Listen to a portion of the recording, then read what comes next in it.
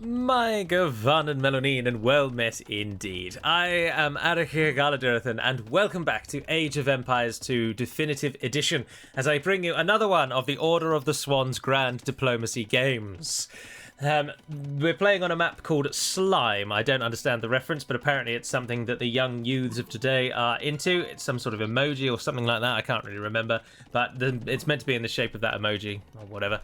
The map is created by Carnage, who's currently playing in pink, and we'll get to him. But we'll start with myself as we always do. I am Grey, as I like to be Grey, and today I am the Magyars. Although I actually did choose random, and it gave me the Magyars, which I was quite pleased with because I like the Magyars. I think they're good fun. I enjoy the cheap, trashy elite unit combined with their very good cavalry archers. I like that combination, and it always serves me rather well. Alright, so I'm playing as the Magyars up here. I've got much of this northern land to myself, although there's this large mountain range splitting my base in twain, and I've put up walls all around me. If we move around, I'm currently allied to Knight, who's on my southern border. He's playing in red, and he's the Persians, the heavy Elephantes, the heavy, slow-moving juggernaut that is the Persians, but he is rather sandwiched in with this mountain range-like thing here on his southeastern border. And then there's just he's in a really tight spot, really, and he hasn't moved through into my lands where I've got all of this desert space and everything up here. It's all looking very nice. Now, shooting him, and currently in the throes of battle, he's attacking Super Ginge. Ginge is playing as the Indians. Ginge on Discord is known as Luke, and I believe he prefers that name, but his Steam name is still Super Ginge. So for the purposes of this, I will call him Ginge so you know who I'm talking about, so you can see his name. But he's playing in green. And he's the Indians. The Indians get the heavy elephant archer, which is a heavy cavalry archer, really. It's just a tanky archer, but it doesn't have very much maneuverability, and it's not usually considered a particularly useful unit. I'd see a lot of people scoff at the Indians, really. They also get, obviously, better access to gold and slightly better hand cannoneers. They also get a totally unique architecture set, which is not shared with any other faction in the game, which is, I think, the only nation that actually has that, which is pretty cool. So that's Ginge. He, at the moment, I don't think is allied to anyone. Maybe Ryan down here in the blue, but I don't think so. And away to the north, we have fragments of Grenth playing as the Turks. Turks, of course, get excellent bombard and excellent anything that blows up. The Turks do it well. And Grenth is up here with this sort of western side all to himself. Lots of resources still to harvest, no enemies nearby, and he and I have sort of agreed a neutrality. I popped up a castle, he popped up a palisade. Job's a good one. Ginge has a large spread at the moment, but Ginge is slowly losing out to the Persian elephants. The Persian war elephant is the tankiest unit in the game, and it takes a lot to bring them down, and Ginge is learning this. Away to the south, though, I touched on Ryan. He's playing as the Celts. Celts, of course, get fast-moving infantry and slightly better siege than everyone else. In that either their siege moves faster or it trains faster. I can't quite remember off the top of my head. Siege workshops 20% faster. Their weapons fire 25% faster. There we are. Oh, and they do get 40% extra HP. So they're a very good siege unit all round, really. So a nice little sieging nation. Now, I don't think he is allied with Ginge because he's preparing to defend against that southern wall. So clearly something awry is going on there. Ryan in the Discord is known as Upper Left Islander, and he's a relatively experienced... He's a sort of mid-tier player as well, I would put him at. And I mean that entirely as a compliment, because there's a number of people who are beneath mid-tier. Being average is not bad. In many cases, being average is exactly that, perfectly middling. Away to his east is Sumerian Hayes, who's playing as the Teutons. Now, this is very much Sumerian's kind of first multiplayer experience of Age of Empires 2. And the fact that you can see his entire base in a single screen of my mouse, I think, gives that away. So Sumerian is just here for the fun, really, and hopefully he did have fun. I think he was a very sound guy and very welcome to play with, but you'll note with the size of everyone else who's based, Sumerian is already lagging considerably behind. Most of us, in fact all of us, are in the Imperial Age apart from Sumerian, who is still feudal. So I don't know if he's allied to anyone, possibly Ryan, because they're not attacking each other, but we'll see. His king isn't even in safety either. And then we come to the last two over in the east. We've got Dunker Biscuit, who has been renamed to Dunkirk in the Discord, and I believe his Steam name may follow suit shortly. He's playing as the Khmer. The Khmer, of course, are a very good late game, very high resource faction. They can just do wonders with a large blob of their unique unit, the Catapult. The Ballister elephant, sorry. And of course, they also get battle elephants. So, tanky nation, very tanky nation. He's sandwiched in, though. They don't have very many resources down here in this eastern side because he has to share the ground with Carnage, who's playing as the Britons, the quintessential archer nation. Unique archer unit, longer range on their archers. They are arguably the best archer nation. All the archer nations vie for that title, with each doing something slightly different. But the Britons very, very good archers. So Carnage and Dunkirk have the eastern side of the map to themselves, but they haven't utilised any of this southern area yet. No one has. In fact, it's totally barren. You will know, I touched upon it earlier, that I have this secondary base over here being built, which at the moment no one knows about, and I'm ensuring that no one can land on me by sea by building guard towers. Guard towers, despite Magyars not getting keeps, guard towers with heated shot, which we do get, will more than deal with anything that tries to come through that way. So that's all the players in today's game. It is a diplomacy game again, so once your king dies, everything about your base and person falls with it. You will note Grenth is allied to Ginge because his forces are moving in to support the assault here.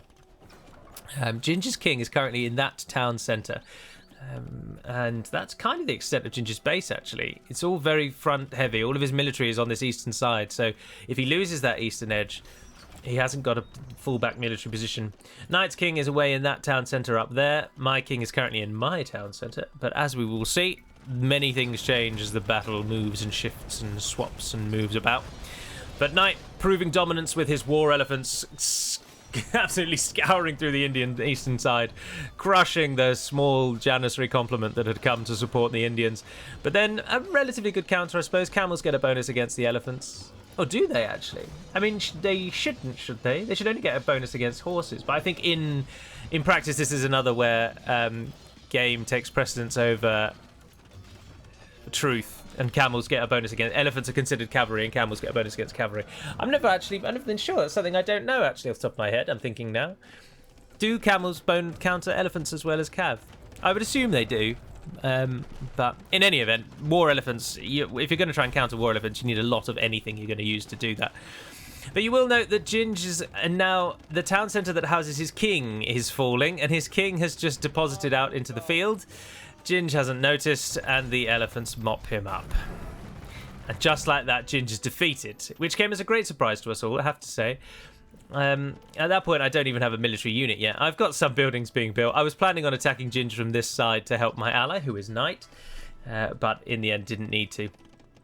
So we'll speed it back up as then the powers move. Ryan moves into the space Ginge occupied. Knight moves into the space Ginge occupied.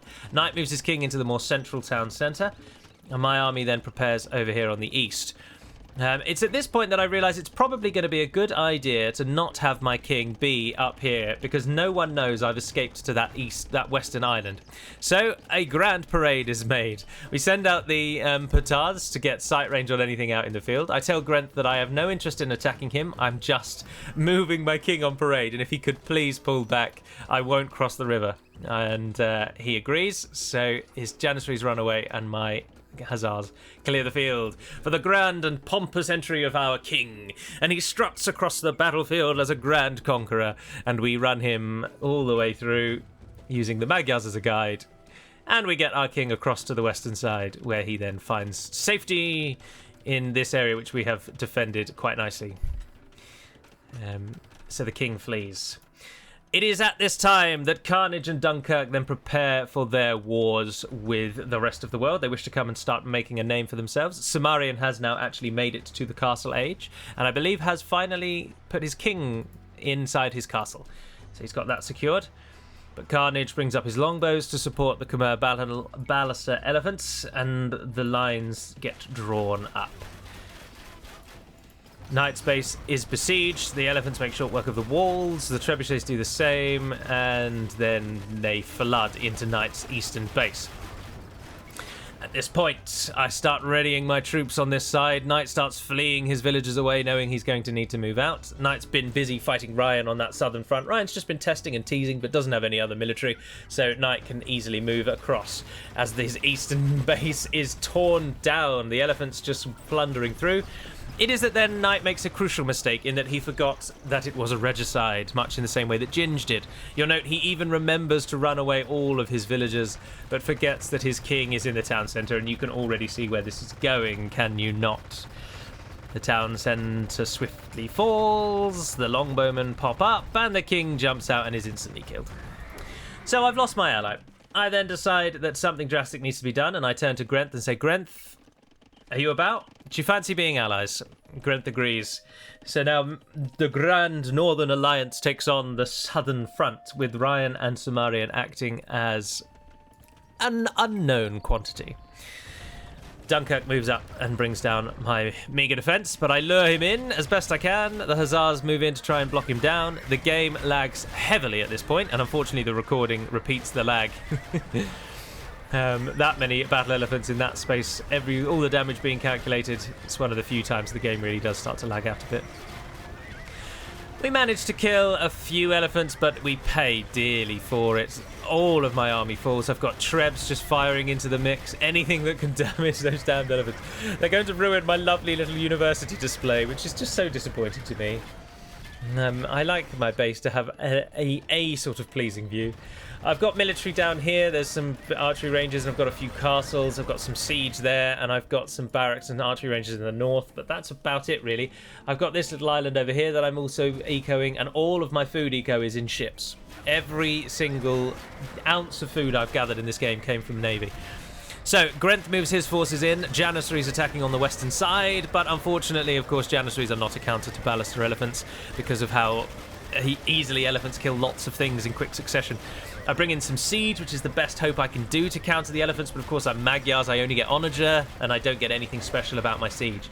To be honest, the best hope I can have is to just use the fact that I have a near infinite amount of food and my Hussar only costs food, to just try and constantly drown it down. I had hoped that my Hussars would get a bonus damage against the elephants, because Magyar Hussars do bonus damage against siege. And so the Hussars do relatively well, but just not well enough to really impact or dent it. And he starts just flooding into the base. But with the fact that he's not bringing up extra troops, means that eventually we wear him down. We wear him down, and his forces die on the field before my base. Longbowmen holding position. I'm now just trying to mass up. Rather than going one at a time, I'm trying to mass up. Just in time for the next bout of elephants to come through. His trebuchets start taking down my castle. But remember that in all of this, unlike Knight and Ginge, I know that my king is sound in the western side of the map. He's in this castle, which I put a nice little wall around with towers on each corner, because why not? I've got castles on the gate, and soon we even start setting up towers on the islands. So my king is safe. I will happily fight here, and I will make him pay for every inch of ground that he tries to claim. For whatever reason, Dunkirk and Carnage then decide to pull their army back. I don't know why. I don't know what goes through their mind. But then they regroup and they come again. We now use Grenth's playing as the Turk, so he gets better bombard cannons, longer range on them. So we use those to our advantage. They are another good counter to the Khmer. Carnage then tries to go for the walls. Dunkirk comes up to support. But again, for whatever reason, they then think better of it. They destroy one tower and then go around the other way. My Hussars move in to try and stall the enemy. We just lose them all. But now the Celts arrive. The Celts are not allied to me. They are neutral to me. And Dunkirk is not prepared or ready for the sight of the Celts. And this is where, as you can see, siege onagers really do counter Khmer battle elephants. And they die by the 100. It's a massacre. It's an elephant massacre. The Celts will be feasting very well tonight, and if provided that they can put some of that meat in the freezer, they will be feasting very well for the rest of most of their lives. Elephant for dinner, I hear them cry.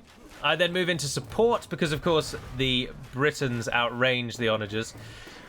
But then the onagers, because we're only neutral, they catch a few of my cavalry archers as we try and run through and capitalise on Grenth's success. I swap out to build some skirmishers as well, so that the longbows have something to sink their teeth into. My siege tries to move out on that eastern side, and Grenth moves in to build archery ranges in the gap. We keep them pinned. And the fight continues. We now move out. Ryan agrees to not attack us and just to continue to play neutral. I move up my skirmishers, but they all die. And then Ryan moves up again. And Dunkirk now has the fear of God in him as he runs his Khmer away from the sight of the Celts. The Celts move up into that gap and they start churning out more siege. Remember, Dunkirk and Carnage have far and away the highest team score, and they are second and third in the individual score. So Ryan notes that it is them that we will have to fight, and so allying together for the moment is the best course of action. We use this opportunity to build up forces, and I send some troops through. The purpose of which is just to try and scout my enemy. They're never going to die. They're never going to do anything, but we just need to get some sight range, because if we just swap to what I can see for a brief moment, and we turn the fog of war on, I have no idea what the rest of their base looks like. I sent in a scout boat a while ago, but I can't even see Carnage's base. All I know of Carnage is that 6 walls there, or 7 wall segments. My sight range is very, very limited. And it's the same for Ryan, and it's the same for Grenth. So, oh dear, I'm all over the place, clicking all the buttons. So we're needing to just get some sort of sight range. But, well, Ryan then moves up and tanks the enemy's damage for us and keeps Dunkirk and Carnage busy for a while. It gives us an opportunity to start setting up trade in our base as well. Houses being set up in the back line, more eco, and just more troops to be trained. But the combined forces of Dunkirk and Carnage push back and clear Ryan out of this central area. His villagers die on the gold, all the buildings he built get taken down, and Grenth moves forward with his bombard horde, and we try and hold him at the southern wall yet again. But I've sent my army out into the east to catch Carnage's longbows and do what we can over there. Grenth holds in that central point. I flood in with more hussars, but my secondary scouting force now holds on the side. And Dunkirk pulls back once again. This time, I'm going to go a different way. And again, I'm out for information. I need to see what we're up against. What kind of reach does the enemy have? Where, ideally, can I find their king? Do they have castles everywhere? All this kind of information I need to find out. So we send the armies out. And we're just flooding in. We're just scouting, seeing what we can do. Also, this works a little treat in buying us some time, because Dunkirk sends a horde of his elephants off to chase my units down. And we end up, we get sight range of all of this starting base, and we find this town centre with a flag atop it, but it isn't the king, it's just some villagers. The king had already departed, and he's in that castle some time ago. So, something that I can now talk you through, because it impacts the rest of the game, is if we swap back to me and just see the fog of war, something that I noticed on my little run through was that there's a castle right at the back of his base on the peninsula, protected from the sea by being a castle, with flags atop it. So I'm now thinking, we cannot beat this horde of elephants and longbows. We can't push out. We are just dying collectively here on the edge. So I'm thinking, maybe, just maybe, the king then is in that castle. And it is at that point that I then swap and go all in on boats. Well, not all in, but I go for boats. I get 10 trebuchets and I put them in a transport, and I get a number of ships to protect them. I then take a number of my cavalry archers and move them up into the boats as well.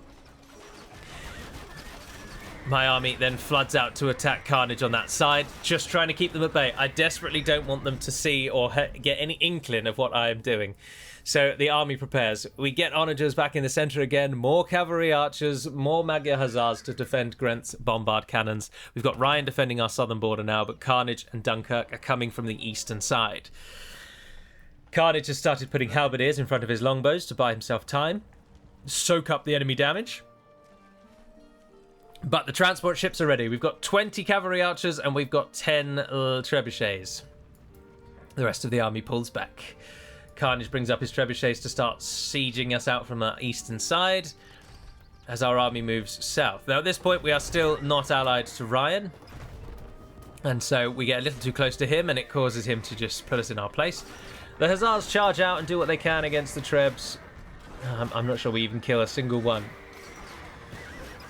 But with the bombards, we then manage to do something. That is so many bombards. Holy hell. And everything dies. The navy moves off. The time is now. The bombard's still plugging away, clicking at the heels of those longbowmen as they flee. Click, clack, click, clack, click, clack. And the army now sits tied up in the base. We need to drag this out as long as we can. Dunkirk, though, the reason why he's not been busy is because his Khmer elephants have wandered into Ryan's base. The castles do little to stop the Khmer ballister elephants, and he's just going scouting, seeing what he can see. And we find the king of Ryan then ejects, desperate to leave the zone. he was hiding around here, and he realizes he can't do anything against the Khmer. Ryan is allied to Sumerian, so he uses that to his advantage, and he flees with his king. All the while this is going on, my navy is shielding my transports from the castle. This is something I did on purpose. I made sure to keep the transports at the right time, at the right distance and speed, so the castle would never target them. I turned off the auto attack on the galleons so they wouldn't attract the attention of the enemy that we were in the back of their base. Ryan's king still fleeing in panic. Sumerian's minor force, the first time it got engaged in the game, has died immediately. And Ryan's king sadly wanders into carnage, where a group of about 8 longbowmen kill him off. And just like that, Ryan is defeated. Sumerian is then thinking, oh dear, what the hell do I do now? But all the while, my navy still circles around. By the time we got to the castle, of course, we noted that there was no longer anyone within it. So the plan became a bit moot. I just went to see what I could see, and I came across a town centre of all things with a flag atop it at the very back of Carnage's base. I dismounted my 10 trebuchets, and my siege engineers were put to work swiftly to mount and assemble the things. And with the haste that they could muster, we bring down the town centre, and in a single volley, Carnage's king is laid bare before the world. And now it is 2 versus 1. The Khmer now are outnumbered. Their ballister elephants cost a great deal, and they've just lost the ability to trade. It is now a war of attrition. My siege then starts moving through Dunkirk's base to find what we can find. He leaves Sumerian alive because Sumerian's not really a threat. So he brings back his ballister elephants to the front line. Grenth and I can then now start flooding forwards, and we leave the safety of our base with the armies we've been training this whole time, and we start moving on the mountaintop, which Dunkirk has secured, and put his king in one of the castles. My army in the south then just goes looking for his king, to be honest, trying to find what we can find. His ballister elephants trying to move back, or not trying, they're moving back to the front line to try and then come and hit us. He's thinking now he must move swiftly. Unfortunately, he finds all of the bombard cannons and starts bringing them down. Oh, that is a terrible position to be in when you're up against ballisters, and loads of them fall. Oh dear, oh dear, oh dear, oh dear. The ballister elephants do pay dearly for that assault though, and Grenth manages to save some of the bombards. My army deals with a small... oh no, Carnage has already died, sorry. No, my army's just sitting there doing nothing all while this is happening.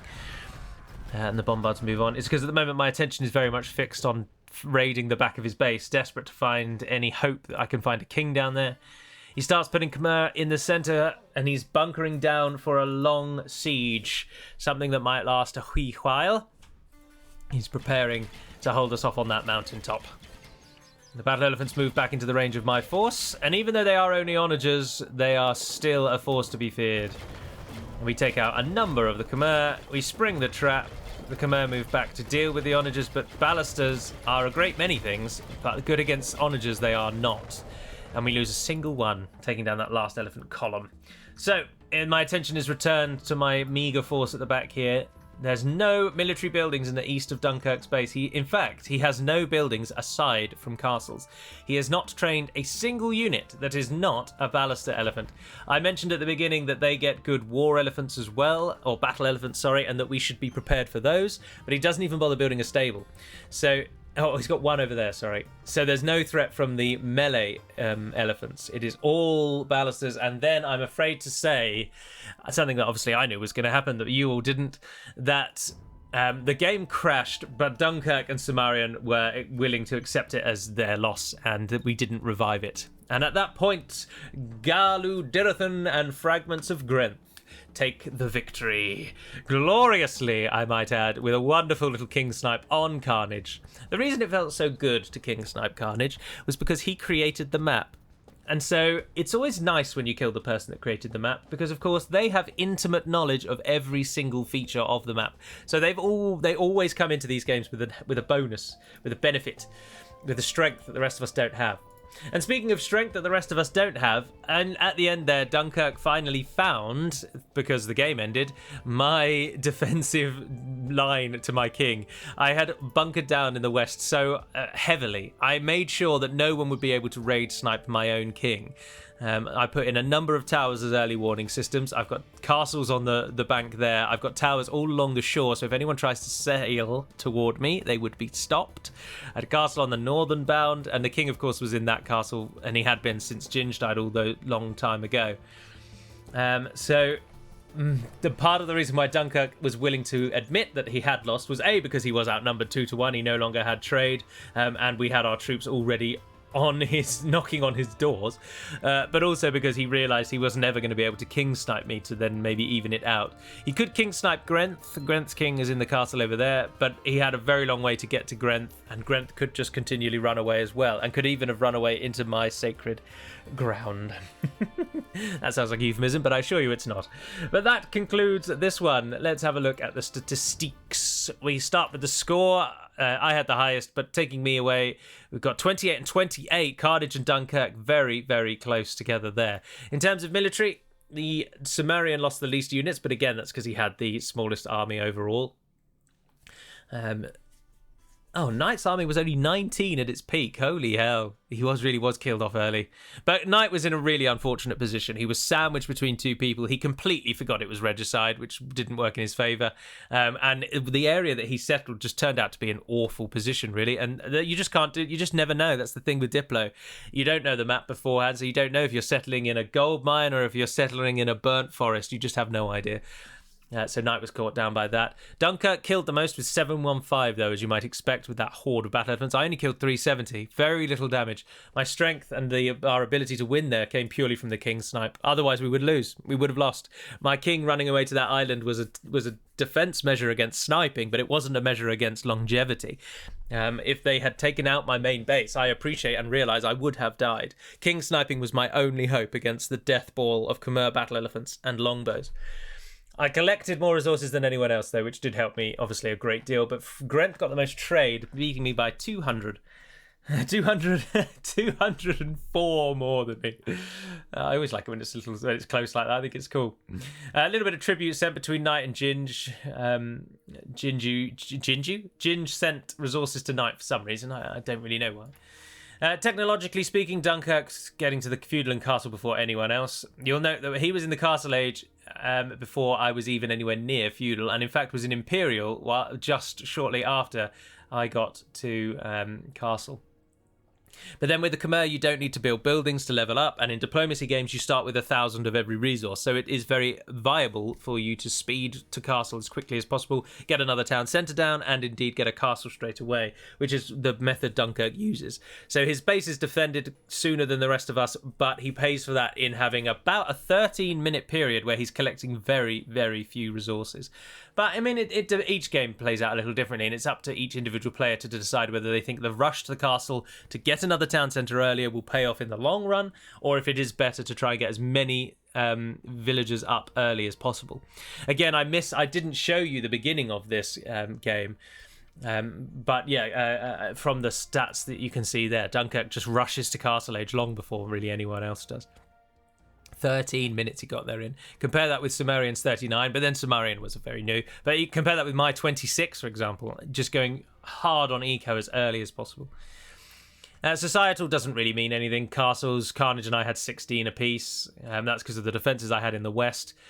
Carnage got the most relics, so he went out and had a look around the world. And looking at the timeline, yeah, Ginge having a large and sizable force, and then just nothing. Although remember, the darker colour is the military, and the lighter colour is the eco, with the total size being your total population. So you'll note Ginge at no point really had a burgeoning military, and paid for that at the end. Knight was very similar, with a very low line. But then at that point that Knight died, I had no military, as you can see. Absolutely none whatsoever. The reason that it's bigger at the beginning is because everyone has a scout. You only have 6 or 7 units at the beginning, and a scout is one of them, and that counts as military. So it makes it look like you have huge military at the beginning, and really you don't. But Carnage and Dunkirk, look at that. Far more military than eco. Even at the point that I won, my eco was still greater than my military. But, which is probably wrong, really. You need to shift. But I was preparing for a war of attrition. I was preparing to have to slog my way through all this, or rather have to defend these gaps with everything I had. So I needed eco. The fish being absolutely paramount to that success. If Carnage or Dunkirk had gone naval at any point, even just maybe 10 ships, that would have been a totally different game. Totally different game. But as it is, that was the game. Slightly shorter one this time, but I hope you've enjoyed nevertheless. Apologies, it wasn't the one that I lost, but this game I thought was really interesting, and I'm trying to do them in the order of interesting rather than does Galu win or lose. And I don't think it really matters if I win. It's just at the moment I've got a fair few games where I've won and only a couple where I've lost. But the couple where I've lost I don't think were as interesting, maybe. But I will do the Middle-earth one next so that you can actually see the Middle-earth map. So that will be next week. But until then, have a wonderful week, everyone. I hope you're enjoying Age of Empires as much as I am. And until we speak again, Navair na den perimad melonin. And farewell.